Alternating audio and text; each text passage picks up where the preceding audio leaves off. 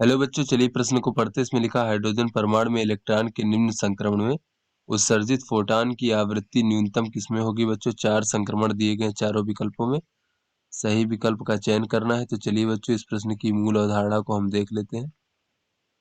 बच्चों जब इलेक्ट्रॉन एक ऊर्जा स्तर से दूसरे ऊर्जा स्तर में संक्रमण करता है बच्चों, उच्च ऊर्जा स्तर से निम्न ऊर्जा स्तर में, तो बच्चों संक्रमण से जो होता है हमारा, जो ऊर्जा में अंतर होता है दोनों ऊर्जा स्तरों में, उतनी ऊर्जा का जो है फोटॉन उत्सर्जित करता है।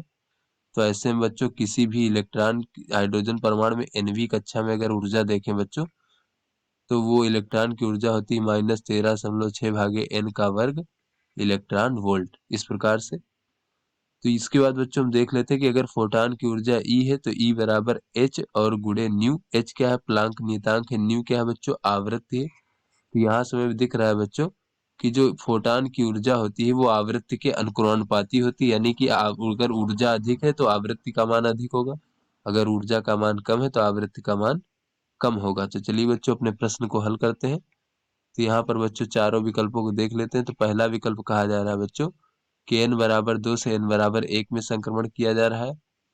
तो बच्चों यहाँ पर हम ऊर्जा परिवर्तन देख लेते हैं संक्रमण में। तो बच्चों ये हो जाएगा यहाँ से देख लेते हैं n बराबर 2 से 1 में।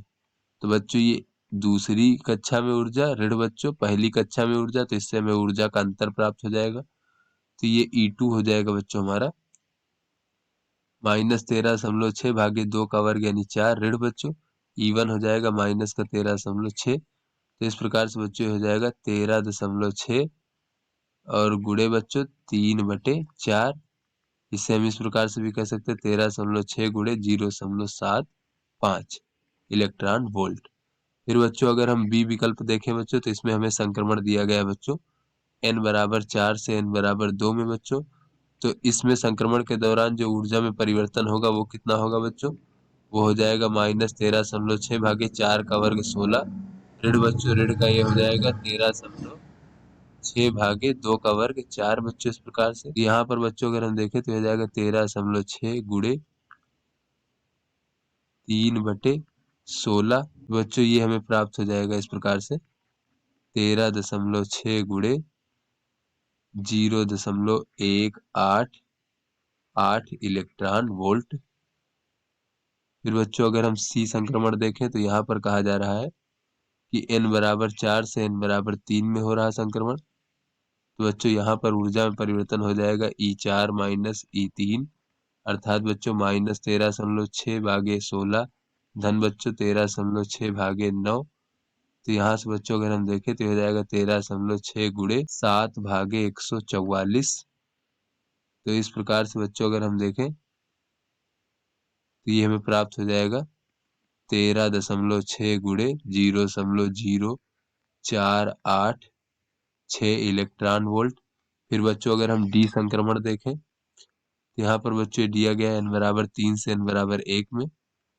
बच्चों n बराबर 3 से 1 में जाने पर बच्चों जो ऊर्जा में अंतर हो जाएगा, तो इस प्रकार से बच्चों हो जाएगा -13.6 भागे 3 का वर्ग यानी 9 धन बच्चों 13.6 भागे 1 का वर्ग यानी 1। तो इस प्रकार से बच्चों अगर हम देखें तो हो जाएगा 13.6 गुणे 8 भागे 9, यानी बच्चों यहाँ से अगर हम देखें तो ये हो जाएगा 13.6 गुणे 0.88 इलेक्ट्रॉन वोल्ट। तो यहाँ से बच्चों अगर हम सबसे कम ऊर्जा देखें किसकी है बच्चों, किस संक्रमण में ऊर्जा परिवर्तन सबसे कम होता है, तो बच्चों ये 0.88 है, ये 0.0486 है और बच्चों 0.188 0.75। तो यहाँ से बच्चों अगर हम देखें तो ये ऊर्जा परिवर्तन जो है बच्चों, ये 0.0486 गुणे 13.6 इलेक्ट्रॉन वोल्ट, ये हमारी न्यूनतम ऊर्जा परिवर्तन है। अतः बच्चों चूंकि ये जो ऊर्जा परिवर्तन है बच्चों, यही जो है आवृत्ति के अनुक्रमानुपाती होती है। तो इसलिए बच्चों ये सी विकल्प हमारा सही होगा। न्यूनतम आवृत्ति का जो उत्सर्जन होगा फोटॉन, इसमें इसमें जो है बच्चों सी विकल्प में चौथे से तीसरे में जब संक्रमण होगा तो जो हमारा फोटॉन उत्सर्जित होगा उसकी आवृत्ति यहाँ पर न्यूनतम होगी। तो आशा करते हैं आपको समझ में आ गया होगा। धन्यवाद।